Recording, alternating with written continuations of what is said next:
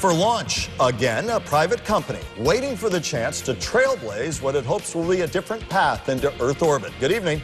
I'm Michael Williams. I'm Kelly Dunn. Thank you for staying with us tonight. After engine trouble on Saturday, SpaceX says it will try again to launch its Falcon 9 rocket and Dragon capsule from Cape Canaveral overnight. Many eyes on the historic launch by a private company. That's the key here, including the eyes of former Apollo astronaut Edgar Mitchell, who lives in suburban Lake Worth. Only on 5, he tells News Channel 5's Alex Sands, if the mission is successful, it could be a game changer for American spaceflight.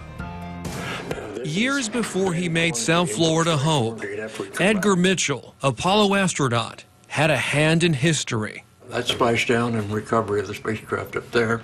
A pioneer. What we're about to witness, he says, is a defining moment.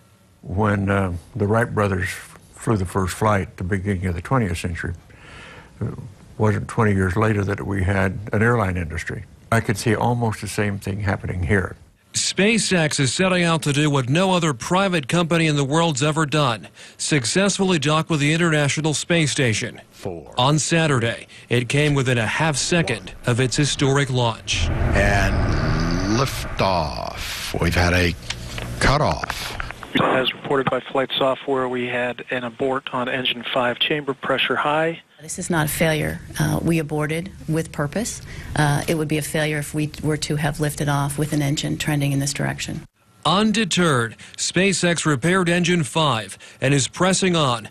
Its mission is twofold: deliver cargo to the space station, test new technologies, and prove to NASA that it someday can fly astronauts to space. This is the hand controller I used in the lunar module. As Edgar Mitchell sees it, a lot's at stake.